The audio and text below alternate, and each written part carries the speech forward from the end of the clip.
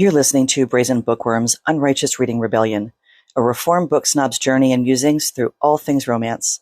Some language may not be safe for all ears. Frequent use of sarcasm may occur. Hey guys, so we're back, and today we have Golden Angel chatting with us, and we are super excited to have her here because I know she's one of my favorite people and favorite author, and I see her all over the place, and it's kind of super exciting to see your face here on our screen with us.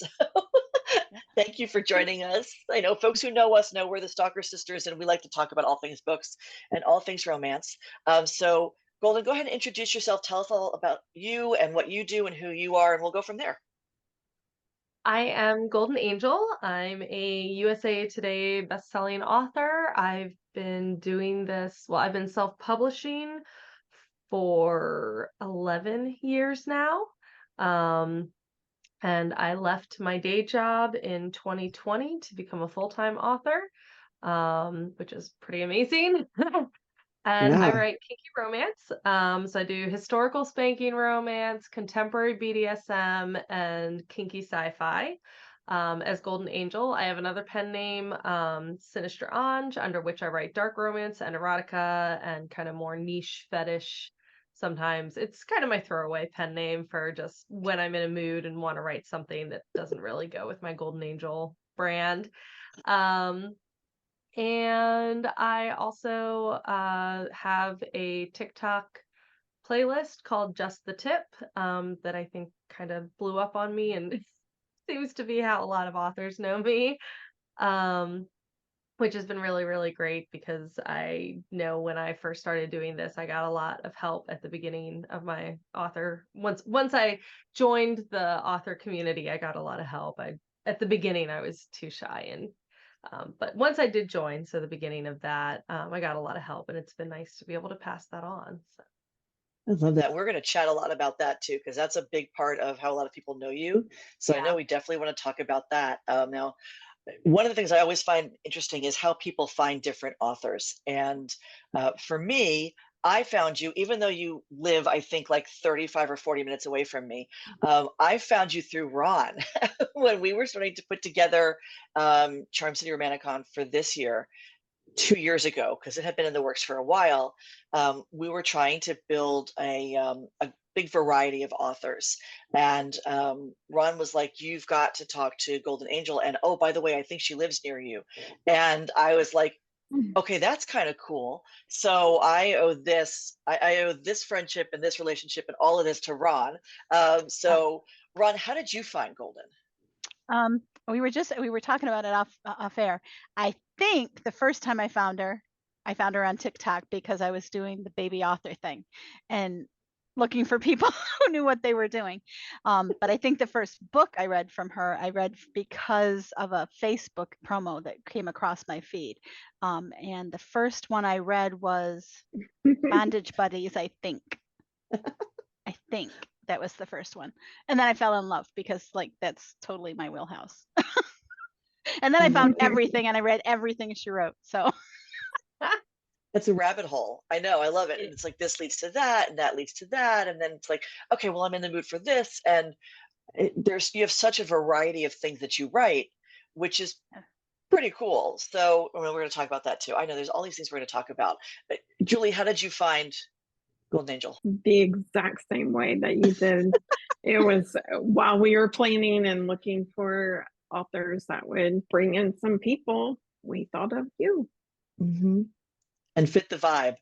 That was really important for authors. We're authors who fit the vibe, because we were creating something a little different. So we were looking for something a little different.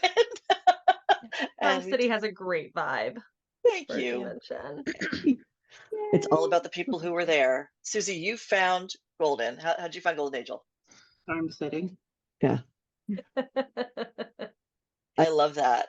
So what drew you in? I got to ask, Susie, when you were looking at all these authors, what drew you in? The Hue Cow. The Hue Cow. You and everybody else at the panels. My goal was to read at least one book from every author, and then they had like this board game, and I'm like, "Who's that cow?" And I'm like, and then I had to read it.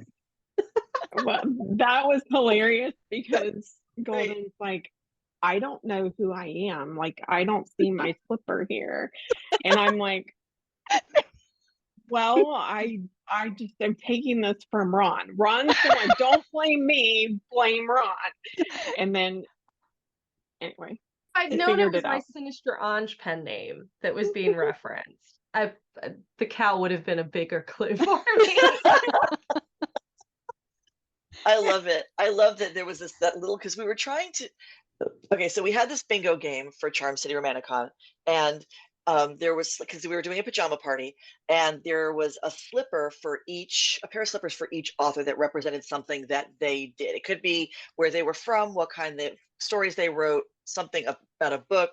Some things were pretty obvious. There was Bigfoot, which was, pretty obvious for a lot of people, and some things were a little bit more obscure. And that was one that was a little bit more obscure, and you could really tell it was like people are asking, I don't. The others, is the cow, are the cows you? And people are like, no, I'm not the cow. And then they're like, why? Why is there a cow on here? Who's the cow? So that worked out perfectly. But we were trying to find some that would be more deep dives. So it wasn't just kind of a gimme. And then everybody started talking about the Hugh cow. So, okay, now you have to talk about it. And then So it came talk up about the in Hugh cow. every single panel. So by the time we reached the signing, when they could get the board signed, we all knew the cow was me because that book came up in every single panel. Right, you But have to I talk think about that's fantastic that Yeah. the panel educated. Like, I mean, that was kind of why we set it up that way. So that was perfect. That was perfect. Well, it was kind of tough. It was a tough thing for Julie to do, and I think she did an amazing job to come up with slippers that we could actually find slippers for. So we were all set, and they're like, what do we do for golden? I don't know. See if you can find a cow. Well, and part of it also was you have such a wide range of what you write. Yes. So trying to find something that would be completely representative of everything was difficult because you have such a range. So then it was like, okay, so we're not going to find something that's representative of everything. Let's find something that's obscure, but will spark a lot of conversation. So I think that's what happened. Yeah, it did. So, okay, why did you start? Let's start right off the bat. Why did you start writing? I know you said you've been an author for 11 years, quit your full-time job and became a full-time author. So you went from one full-time to another full-time in 2020.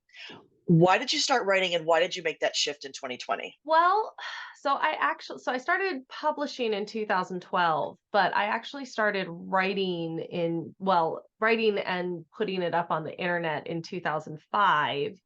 On a website called literotica.com, and which is also where I got my pen name from because Golden Angel was my username on Literotica. I'm a speed reader and I went to college, and back when I was a teenager, the internet was pretty new, and so we only had the one computer that dial up that hooked up to it. So my parents were very aware of anything that my brother and I were doing on the computer. So, college student gets away, finally has a computer to herself and can look at whatever she wants on the internet. So of course I went looking for porn. Which I discovered I didn't really like that much. However, by looking for porn sites, I stumbled across Literotica, which has both videos and stories. And I found the stories. I was like, well, let me read a few of these. And it turned out, oh, I just don't want to watch porn. I want to read it. And like there were so many new concepts to me. There were all these categories that I'm like, what even is this? I mean, it's very sheltered, like we didn't grow up with the internet. There was a lot of stuff I didn't know about. I discovered the BDSM category and kind of the like non-con, which is sort of like dark romance category, but also just like straight up non-con. And then just like like the regular romance, sci-fi, like it had everything. And I read through my favorite categories. It took me about 2 years, but I read through every single story on that website that was in those categories. Wow. And then that was it. And then new stories release every day, but they weren't all in the categories that I wanted to read, and they weren't all stories that I wanted to read. And I started, instead of, I don't know, after like a few months, it kind of got to a point of like, well, instead of waiting for exactly what I want to be released and just rereading my favorites, why don't I try writing what I want to read? And I've always been a big reader.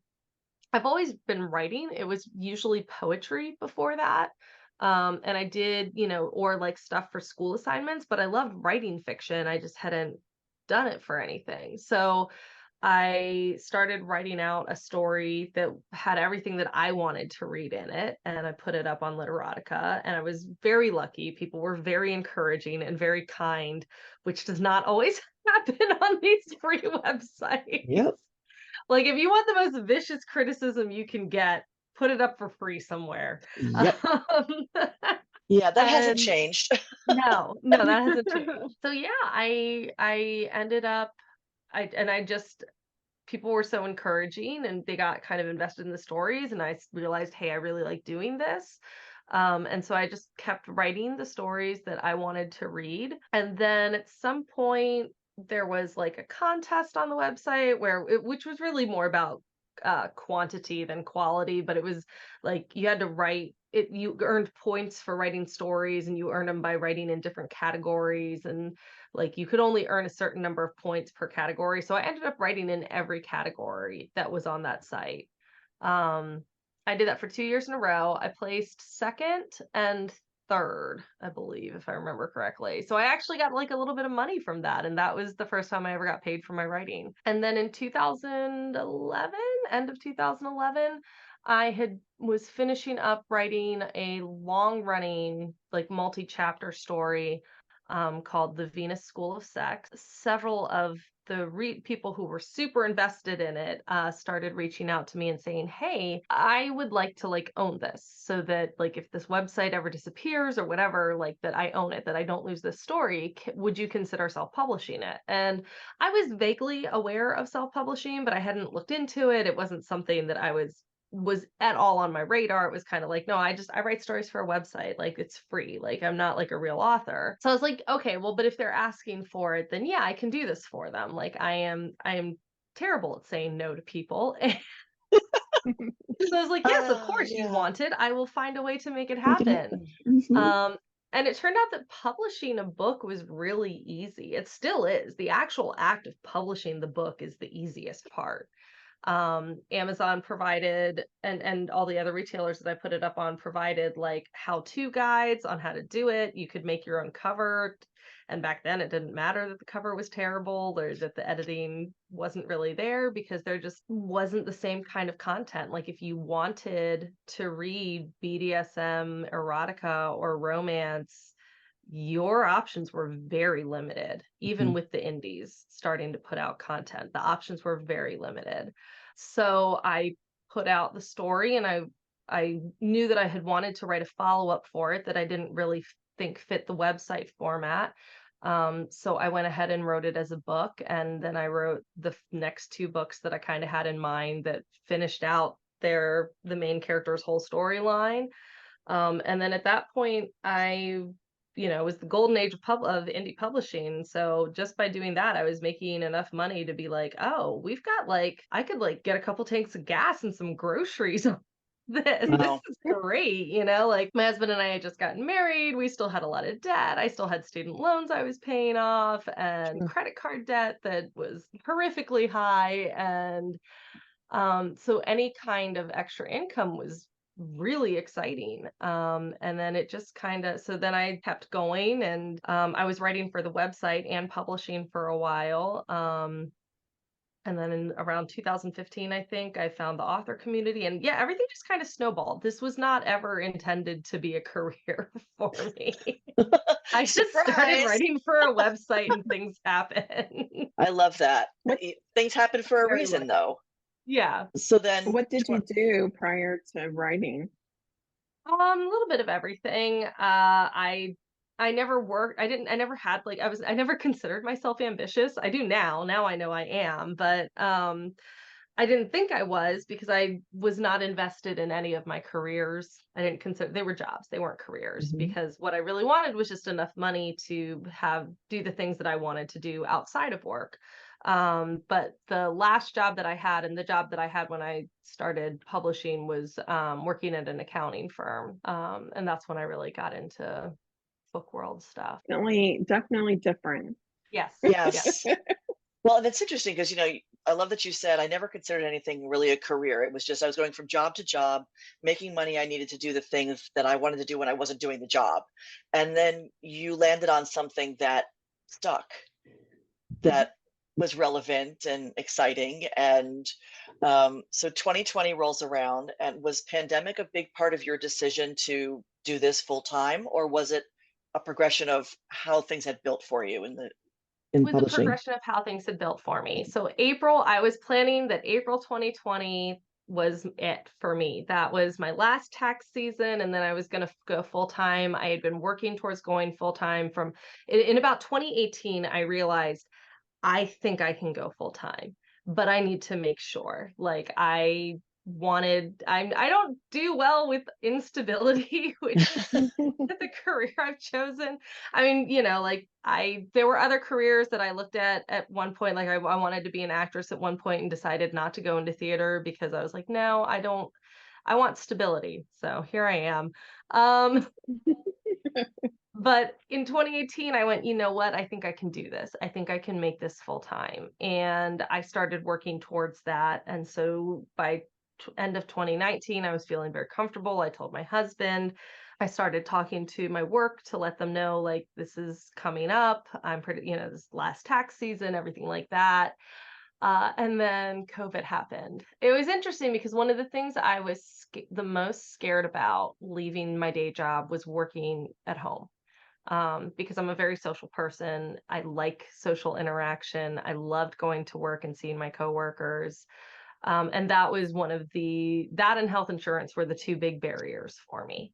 And then the pandemic happened, and I was like, well, I'm not leaving my job now. I need that switching health insurance in the middle of a global pandemic. And also the whole world changed. I have no idea what this is going to do to books and authoring and everything like that.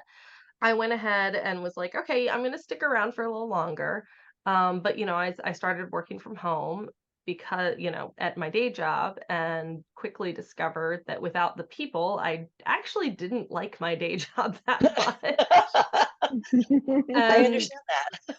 Yeah. And by July, it was very clear to me that my income hadn't really been affected. If anything, I was making more because more people were staying home and reading. And so I said, all right, if I'm going to be stuck at home and miserable working at home, I might as well be doing a job that I love instead of doing this other job and wishing I was doing what I love. So I went ahead and said, all right, we're doing it. I'm making the jump. Yeah, it was definitely a little terrifying, but the fact that I am a very careful, it took me 2 years to get to that point. Of being like, I think this is something I could do, to making sure, like, yes, the income is relatively stable and we can pay for everything and it's fine. Because my husband was a stay-at-home dad by that point. We'd had my daughter. And yeah, my income just kind of had already replaced his. The book income had already replaced his. And then in 2018, and then by 2020, it had replaced mine as well, and said, all right, let's do it. I love it. It's a huge leap because you don't know, that was the indie author world has kind of exploded since 2020. And it's not so much small pond anymore. There's a lot more things out there to read. So having that, the background that you had, the faith that you had to do it, also, I think that says a lot about your confidence, but also planning. Yeah. You put things in place to make sure that it was sustainable, and you made sure it was before you took the leap, because you said, you're a mom and your wife, and you've got family that you were providing for. So I love that you were able to do that, because a lot of people, excuse me, are like, it's a hobby. What you do is a hobby. And it's like, well, no, for a lot of people, this is not a hobby. For a lot of people, this is their career. This is their chosen profession. This is their life. I was definitely one of those people saying it was a hobby for like years. And it's fine if it's a hobby and it never becomes, more than that. But it is, for those of us who it is a career, it's a lot of work. It is a lot of work. Susie, you had a good question. Have your life experiences influenced your writing or characters? God, yes, absolutely. I like to joke that despite being a writer, that I'm horrifically uncreative. And it's not true, but it's kind of true when you look at my early books. The Sassy Submissive, which is one of the early, not the first, but it's one of the first 10 books that I wrote. And the main character is named Angel, and she just happens to look, talk, and act just like me. And her hero is named Adam, which also just happens to be my husband's name, and he happens to look, talk, and act exactly like my husband. Total coincidence. That's Um, that little disclaimer at the beginning of the book that, bears no likeness to anybody in real Yeah. life. Well, we're just gonna, Totally a coincidence, I promise. Yes, no, especially my contemporary books, things are heavily influenced. I've had a lot of readers tell me that they feel like my Stronghold and Marquis series in particular are just like hanging out with a group of friends, like their friends. And I was like, well, if you ever came and hung out with me and my friends, you'd probably feel the same way. And my friends are all well aware that bits of their personality, things that they say, things that they've done are very likely to show up in my books. So be kind to Golden, to Golden Angel, because if not, you don't wind up in the friend circle. You wind up. I love when authors are like, "Don't you're my friends because I'll put you in book and then I'll kill you." So. I mean, I let people know. My friends and family all know what I do, and they are very aware that I love that because antics. there is a strong sense in the community sometimes of people who are worried about their friends and family finding out what they write or even what they read. More and more, I find more people becoming more open about romance, reading it, writing it, being supportive of it. But there's still a generalized social taboo around, even within romance, within things within the romance community. So there are some topics that are seen as perfectly relevant and totally okay. And then there are some even within the community where people are like, yeah, we don't talk about that. And that goes that goes towards your question. So I wanted you to pick up with that. I love them. And your books. I love all of your books, but you include a lot of kink in your themes. Yeah. Across your whole backlist kink is pretty prevalent. Why is it such a big part of what you write? Is it just your personal preference, or is it that mostly you have an personal agenda? preference? It was when I got onto literotica was when I discovered I was kinky. Before that, I didn't know what it was. I would not have been able to explain to you why certain scenes in movies made me feel funny, but I knew that they did. Like people talk about Princess Leia's bikini. I was always far more interested in the collar and leash around, the collar around her neck and the leash. And I could not explain to you why that was until I discovered literotica and the BDSM category. And so I think that for me, that has a lot to do with it. The first kinky romances that I read were like Lexi Blake, Calypso Masters, Cherie Sinclair, and that's what I wanted to be. And those were the books that drew me in the most. And kink is one of those things where BDSM, not just kink, BDSM specifically is one of those things that appealed to me a lot. I think because when I discovered it, I was in a relationship where it was, we were young high school sweethearts. Communication was not always great. There was a lot of kind of like implied consent. There was not a lot of, there were things about it that were very toxic, and it wasn't really either of our fault. We were very young. We'd grown together, but we'd kind of grown in a way that wasn't really healthy for either of us. Discovering that I was submissive and that I was kinky, getting tools around that helped me out of that relationship, for one, and into a much healthier place, because there were aspects of my nature that were being used against me that I didn't realize at the time, and that he didn't, like he didn't realize at the time. But just kind of like learning more about myself, and that was a lot of self-discovery for me. So I think I wanted that to be out there for other people. Another big thing for me was that, as much as I love kinky romance and reading about kinky billionaires who have all the money in the world to have fabulous dungeons and everything, I was not seeing the people I knew who were in the kink community kind of being represented. And I wouldn't say that I'm really part of that community, honestly. Like, I'm kind of on the outskirts. My husband and I don't participate or go to munches or anything, but like, I'm aware of and I have friends in, and it kind of started to frustrate me a little bit that I wasn't seeing, that there was nothing, not nothing, I'm sure there were other authors, but that I wasn't finding very much representation for just completely regular people with regular relationships having kink as part of their sex life. And I wanted that. I wanted people to know that it was possible, even if you weren't a billionaire, or you weren't a super spy, or you weren't some kind of heavy duty army macho man. Like, it's just regular people like can just be kinky too. And so that was a big part of it for me. Those are the scenes that I enjoy writing. I will say, after over 70 books, I'm getting a little tired of writing the in-depth sex scenes, and my next pen name will be not have kink and will not be erotic romance. It's going to be steamy, but there's still some of my favorite scenes to write. I just would like a break every now and then. I think one of the very first times I reached out to you after I found your backlist was to say just that, was that I see my friends in your books. They're very true to life, that they're accessible, and they're not everybody's a billionaire. Because it meant a lot to me, because that was exactly what I'd been trying to do. So you nailed it. And for me, because that's my niche, it was great to find finally somebody that was doing blue collar blue collar bondage. I don't know whether that's a thing or not, but that's what I called it. It is now. Yes, blue collar bondage. I was very impressed. But I love that it normalizes also, because we do talk a lot in the community about taboo and a lot of things that people will feel uncomfortable discussing. And I think part of it is because you've not been exposed to it, you've not experienced it, and it makes it very difficult to talk about something without judgment if you don't see it as being realistic or something that you can appreciate or something that you can value.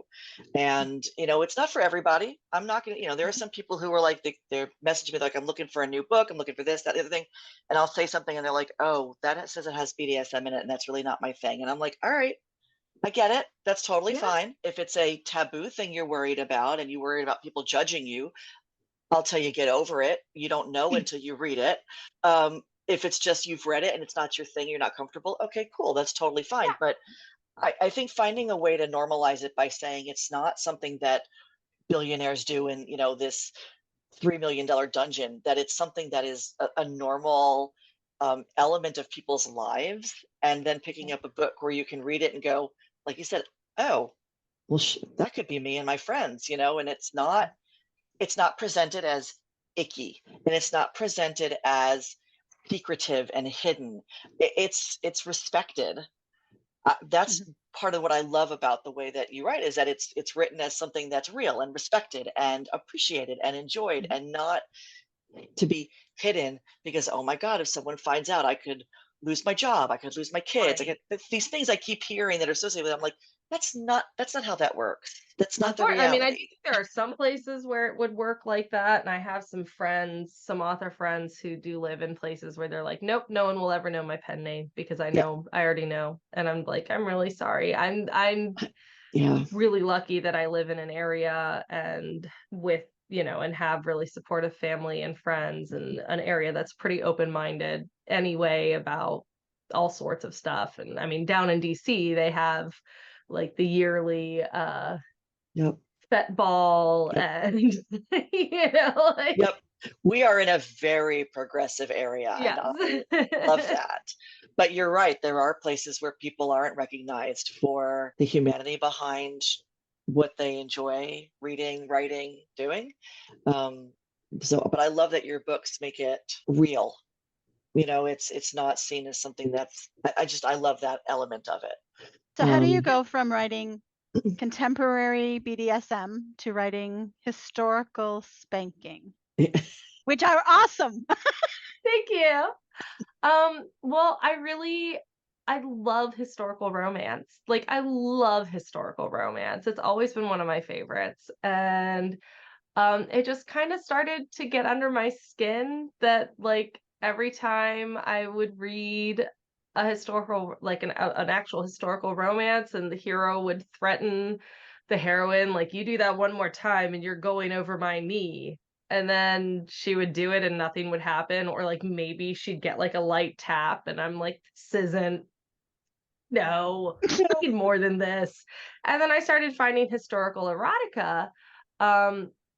But the problem with a lot of the historical erotica, or the kinky historical stuff that I was finding, the problem for me was that it didn't include all the stuff that I loved about historical romance. Like, sure, it was set in the time period, but a lot of the time it was with a maid, or there would be a severe power imbalance, which I loved. But what I really wanted was the balls and the teas and the high society and the rules and the strictures and the scandals, but also with kink and spanking. And so for me, that was, again, it was just one of those instances of, I can't find enough of what I want to read. And so I'm gonna try writing it. And the first book I did leaned a little bit more towards it's called Birching His Bride, and it does lean, that particular series does lean a little bit more towards kind of what I was describing as the historical erotica stuff, because that's what I was reading, that's what I could find, that was kind of what was in my brain. But I did get to put in, the stuff that I loved, like the balls and the honeymoon to France, and dinner parties and stuff like that. And then by the time I wrote the second series, I was able to incorporate a lot more of those kinds of things. And then my third series, I added in spies. I really, Stephanie Lawrence is one of my favorite historical romance authors, and I really wanted to write basically sisters with spankings. And so tell me that that's what they made them think of, and it made me so happy. I love that. They always say, if you don't find the book you want to read, write it. And I love that you did that. And I don't think I have this in the questions, but this is something we talked a little bit about at Charm, actually. A lot of authors talk about staying in your lane and only writing one thing, or developing different ways to do it. And you have multiple subgenres you write in, and you have a pen name for one element of the subgenres, but most of your subgenres that you write are vastly different, but you write them under one name. Why did you decide to do that? I didn't know any better. I don't regret it either. I wouldn't change it. So I think when people say stay in your lane, what they really mean, and what the best and what the core of that advice is stay true to your brand. It also depends on what your goal is. Like, if your goal is to make as much money as quickly as possible and to establish yourself as the author of whatever genre, then yes, the more specific you can get, the better. And especially when it comes to making money quickly, if you can niche down and say, these are all cowboy second chance romances set on a ranch in a small town, that's a really good marketing tactic. For me, my brain doesn't work that way. I can't write that way. I have to try, like, all of my series, sure, they're kinky, but I explore different kinks. I explore different kinds of relationships. I explore different levels, like different intensity in like how kinky the relationship is. Because for me, that's what's fun. I like exploring, and I like doing the different thing every book. And if I wasn't doing that, I don't think I would be as interested in writing. So part of it is, can you do that? If not, what can you do to create a lane for yourself? So I kind of like to joke that my lane is the kink highway, because the only books that I've had that haven't really been successful are my Shifter series, which also happen to be my only vanilla series, which is why they're going to get moved to a different pen name. But they, I think a lot of it really does come down to Golden Angel, my brand, whether regardless of what genre I'm writing, is that it's, unless it's more Shifters, that it's going to be kinky, that it's going to be a large group of friends or family, that the character stories are all going to intertwine, that it's going to have some level of realism to it. I mean, even my historicals, I kind of try to keep it is dukes and lords and ladies, but that is kind of like the level of realism that historical romance readers expect, I think. Yeah. I try not to get too out there with like what they're doing. I do try to keep it like historically realistic, I guess. And you also know that there's going to be like, they're going to be funny. Like that's the thing that most of my readers say, is they always come away laughing. And a lot of my readers call them comfort reads. It's not going to be like the angstiest books that I get would still not be considered high angst books. It's like some angst. For me, they're super high angst books, but they're like on the actual angst level, they're not that angsty. And so that's my brand, and so that's my lane. And so it doesn't matter if you're picking up a historical romance, a contemporary romance, a sci-fi romance, daddy dom, pirate, whatever. There are certain guarantees that that you're getting from a Golden Angel book, and that is really what I think people mean when they say lane. But because there have been a lot of authors who are very successful at niching down and writing about one specific topic and have found a really good level of success that way, I think that that's what ends up people kind of interpreting as a lane. Yeah, no, it absolutely does. And for me, thank you for the low angst, because there's only so much I can handle. Yes. I am one that will flip to the back of the book, even though I know there's going to be an HEA, to make sure that there really is. And then I'll go back and see just how many chapters I'm going to have to sit through before they work their shit out and get back together. So I appreciate having books that don't go down that route. Yeah.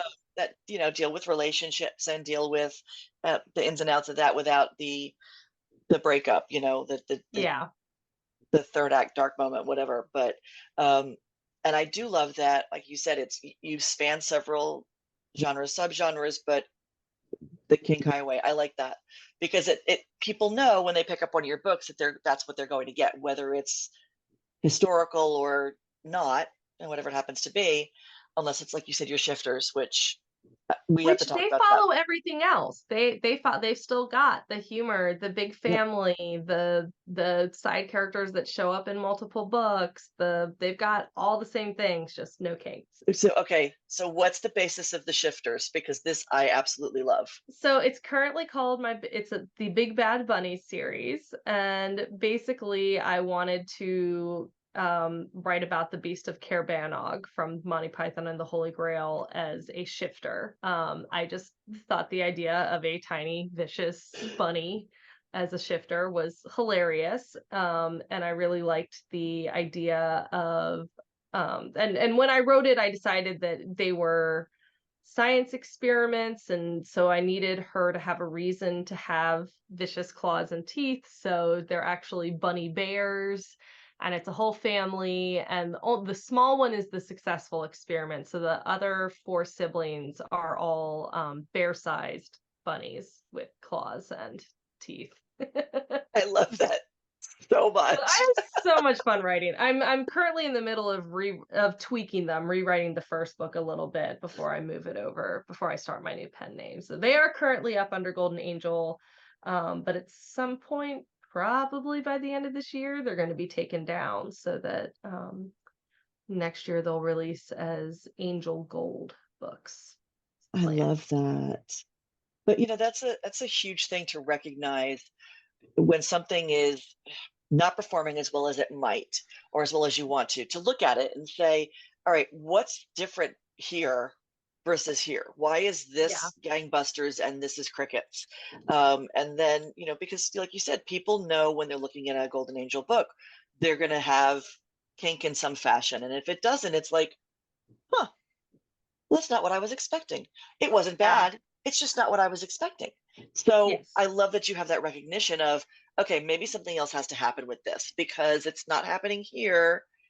So maybe it'll happen there. I love one that you said about how it's, you know, you're rebranding and taking it down and a new name for it. And you had mentioned earlier about all these things that you've learned as you've gone, which actually leads into Julie's question, which I thought was fantastic. And I was like, oh, this is perfect. Just the tip. Tell us more about it. I can tell you that I actually yesterday, somebody was asking me questions and I'm like, you should go on Golden Angel's TikTok. She does this thing called Just the Tip. And I think she's going to. So tell us I have more. sent many people there. I'm like, oh yeah, check out Golden Angel's Just the Tip. So, all right, tell us more. That was another thing that just kind of was an accident. I love that.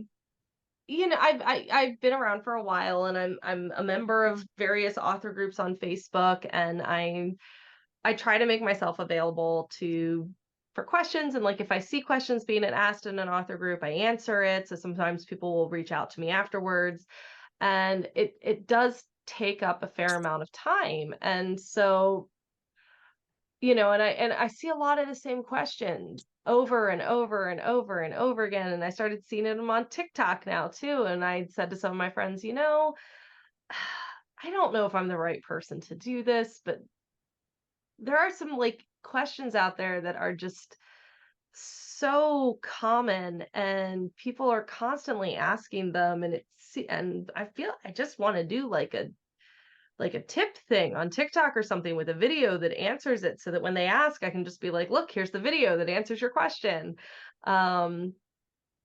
And just send them that instead of typing out the response over and over again. Cause I get tired, you know, I could probably just save them in a document, but I didn't think of that. I thought of doing a video. And, one of my friends that I was telling this is, oh, you should call it Just the Tip. And I was like, that's funny. I love when you do just She's like, because that's what I think of for you. Right. And then I had these shelves up behind me. And I put my stuffed peen on the shelf and I was like, ooh, if I do just the tip, I can point at the tip every time I say it. And see if anyone notices. I've never noticed it. It's always funny to me when someone's like, oh my God, I've been watching your videos for like a month and I just noticed that you're pointing at the tip of the stuffed peen. And I'm like, yeah, that's on purpose. And it's perfect. I love it. But yeah, it was one of those things I wanted to be able to answer questions for people. I wanted to have a place that I could just send them to be like, look, here's the answer to a lot of your questions. And it just blew up in a way that I did not really expect. And then all of a sudden, people, like my follower count went crazy. It was, I think the video that really did it was one that I did about kind of the differences between KU and wide and and my thoughts on those differences, and it just kind of blew up, and all of a sudden I was like, oh, I went from like 2,000 followers to like 10. What happened?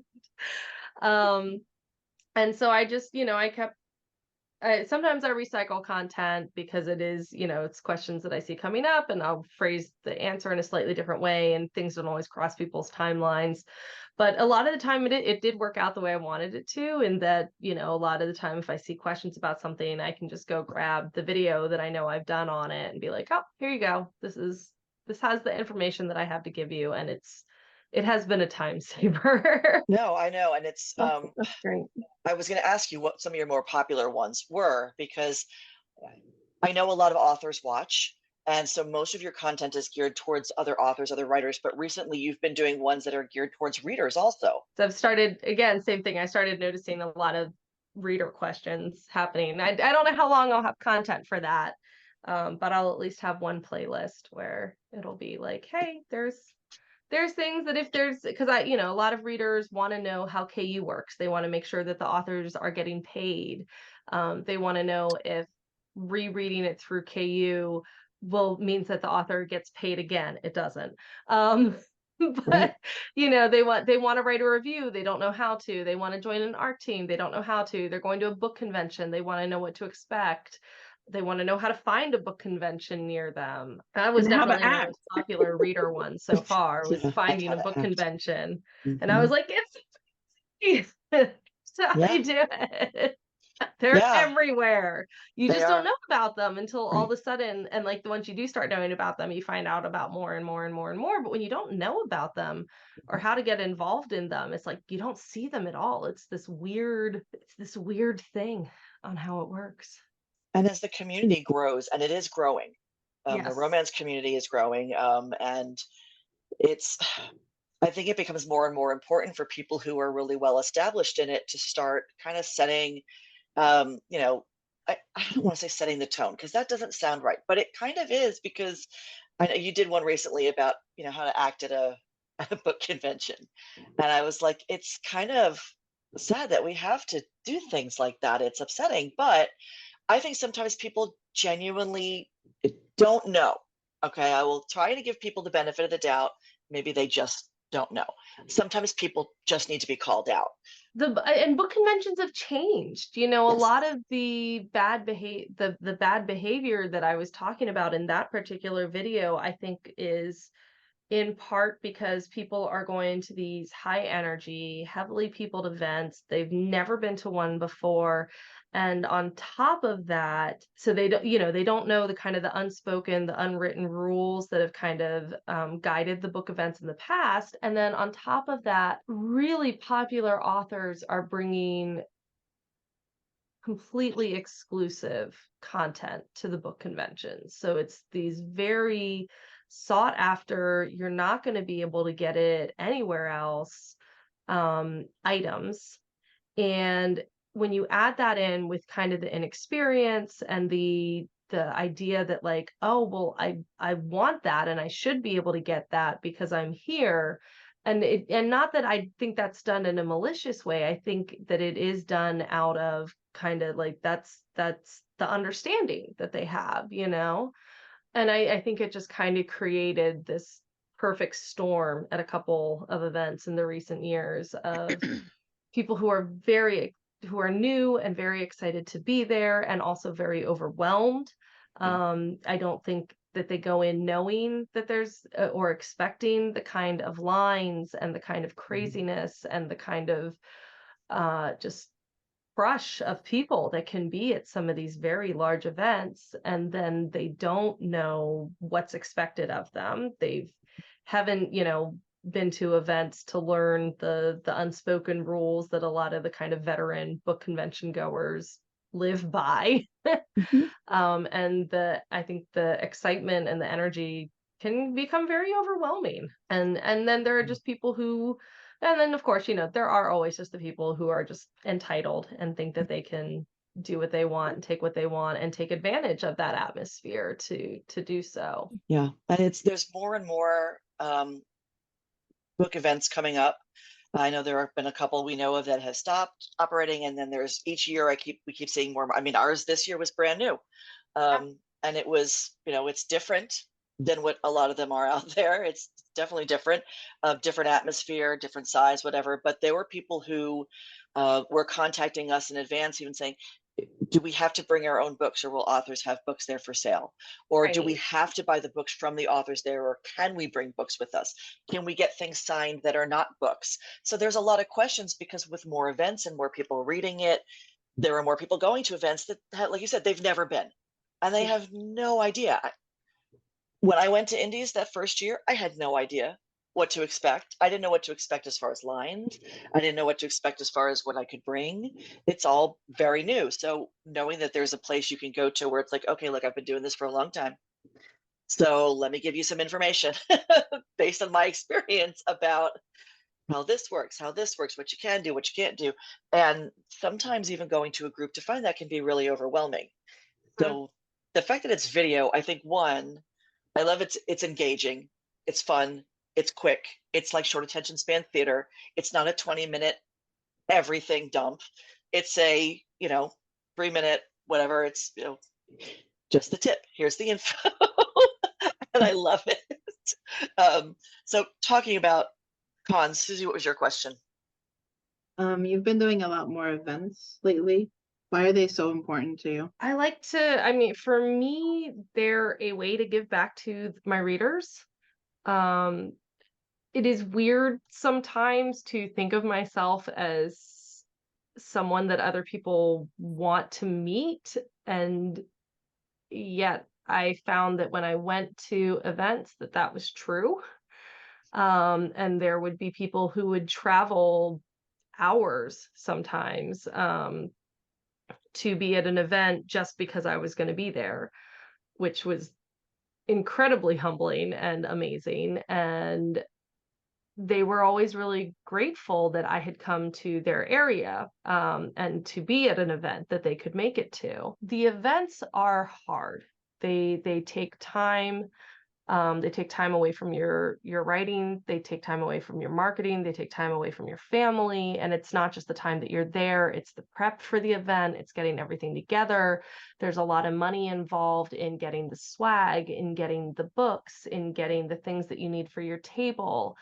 And then for a lot of authors, including myself, and I, not as much for me because I do, for the most part, get energized by social interaction. But a lot of authors are introverts. And so for them, there's also recuperation time afterwards because it is a lot of peopling. And some conventions more so than others. So for me, it's been a way to give back. And to try to get out there to the people who would like to meet me and be in a place that is more convenient for them, and to make myself available. If they want signed books, if they want a picture, if they want to just say hi or they want a hug, whatever, to thank them for helping me get to where I am today. And it is also, again, I am a peopling person. I love meeting people. I love meeting the readers. I love meeting the other authors. Sometimes it's a chance to get together with friends. Sometimes it's a chance to travel to somewhere that I really want to go. And hey, now it's also a tax write-off. Like there is that aspect too. I'm looking forward to eventually going overseas, and I will absolutely be pairing my overseas travel with a book convention because that's part of what makes it affordable for me. But yeah, I mean, a lot of it is about being there for readers who want me there. And which is also why I try to spread out what I'm doing. It's also why I think I've overscheduled myself because I'm got a little too focused on trying to be in as many places and at as many events as possible, as opposed to taking care of myself, which is very on brand for me, to be perfectly honest. So I understand. I like to be where the people are, and I have massive FOMO. So I get that too. There is, I think, an element of a lot of us that's like, I want to do all the things because doing all the things makes me happy. And, sometimes doing all the things makes you happy until you're like, I can't do another thing. If I do another thing, my brain's going to explode. So the fact that you do all of these events and the reason that you do it, I know as readers, we appreciate it. But yeah, please take care of yourself. I'm working on it. 2025 is the year of self-care. 2025. Okay. It's not next year. I'm already overscheduled for next year. It's fine. So Julie will put up all of your links and everything. People can find where you're going to be at your next event, and they can come and see you at all the things. And so I know I'm going to see you at Right Women in Bowie, Maryland in October. Yeah, October. And then we'll see you again in Charm in April of 2024. But you've got a lot of other events coming up also. So we'll make sure we get all those listed. And I know it's 5. Wow, it's 5 o'clock. So we've got, okay. Anything else that you wanted to bring up? Because we covered so much stuff. I'm trying to remember if there were any other questions that I'm looking back through my notes. I think we have like our 10 random. We like to just kind of switch it up a little bit and do a this or that with our authors to see where you fall on different things. But anything else that you wanted to bring up that you want writers to know, readers to know, people in the community to know? Yeah, what's next for you? Next for me, I just had a book release, part of a multi-author series called Leo, which is the part of the Masters of the Zodiac series, and it's all based on astrology and stuff. It's might be the funniest book I've ever written. And I'm currently working Add to on cart. Yeah. That's one of my few KU books too. I don't normally write in KU. But because it's part of a multi-author series, that's and then right now I'm working on Shallow Submission, which is part of my Masters of Marquee book, and that'll Marquee series, and that one will be out in the fall. I think either October or November. I can't remember what the pre-order is, but either October or November. And then personally, my next event, I'm going to be signing at the Maryland Renaissance Festival, which is like literally one of my dreams come true. So I'm very excited about that. And that's happening on September 3rd. I love it. Fun. Yeah. And in between that, I am actually getting, between now and then, I'm actually getting a break and just spending time. I'm spending time with friends and family. So my schedule is still packed, but with different things. I didn't ask this, but I just thought about it. How many books in general do you publish a year? I have what I call my 4 main releases. So 2 of my historicals and 2 of my contemporaries release every year. And then outside of that, I usually have a couple small projects that I do, anthologies or the multi-author series, which tend to have a smaller word count than I have for my main series books, which tend to run a little long. We like them long. We like it. We Yeah. like big books. Bring on the Me girthy ones. too. So I'm never going to complain about that. One of those. I try to write short sometimes, but it's not my favorite. You write the story that you write. That is Yes. one of the things I am constantly reminding authors of is you have to give the story time to tell itself. And yeah, sometimes you can cut certain things that are irrelevant, but sometimes it's not irrelevant. Sometimes it needs to be there. it's part of the story. The trick for me is if I could, the smaller the cast of characters, the shorter I can make the story. So my main series, because they have big groups of friends and families, I always want to incorporate as many of them as possible in every book, which tends to make the books bigger because you're getting extra stuff going on. Not going to turn that down. Nope. Awesome. All right, so let's do our this and that real quick, Okay. and then we'll let you off the hook. I think Julie's starting. Coffee or tea? Tea. Bad haircut or bad hair dye?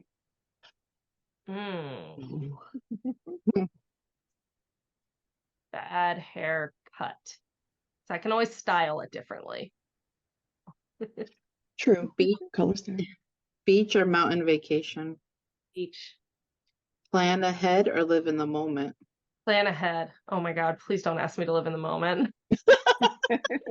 Morning person or a night owl? Both. I don't sleep. Cookies or cake? Oh, rude. I get that answer a lot. I mean, what kind of cookies and what kind of cake? There's like nuance here. Okay, I'll let you off the hook. Vanilla or chocolate? Chocolate. Draft or edit? Draft. Editing is my least favorite thing. I hear that a lot. Every day. I pay someone to do that. And we appreciate that. As your friendly neighborhood editor. Not your editor, but just another editor. Yeah. Kindle or paperback? Depends on whether or not I'm at the beach. Oh, interesting. So at the beach, paperback, but otherwise I'm usually using one of my e-readers. Really? I would have thought it'd be the other way. Okay. I don't want sand getting in the hardware. Oh, that's true. Okay. And I'm just thinking about the pages getting wet, but I guess you're not that close to the water. Yeah. Sneakers or heels? These days, sneakers. I'm turning 40 next month. Sneakers. Oh, You're still young. TBR or mood reader? Mood reader. That doesn't surprise me though. Yeah, You're a planner, which is interesting. You're a plan ahead, but you're a mood reader. I am. Yeah. You can read something into that. I love it. Thank you so much for Thank hanging you. out with This us. is awesome. And We're so glad you stopped in. yes. And Julie will do all her magic and get all the links up so everybody knows where to find you with all of your pen names. And we know that you're wide, so we'll get links up so people can find you on their favorite platforms. And what's the next event that you're going to be at? Is Ren Fair? Maryland Ren Fair on September 3rd, and then right after that, the first weekend of October, I will be at Authors After Midnight, which is in Charlotte, North Carolina, Fort Mill, South Carolina. It's like right on the border of two cities, apparently. And then the weekend after that, I'll be at the Right Women's Festival in Glendale, Maryland. Wow. So if you want a chance to see Golden Angel, that's where you need to wind up. Look for those, or online, on TikTok, on all the things. And Charm City next April. And Charm City in April. Awesome. Thank you. I am so excited. I know we all are. Thank you so much for being here with us today. We really appreciate it. Thank you. Bye.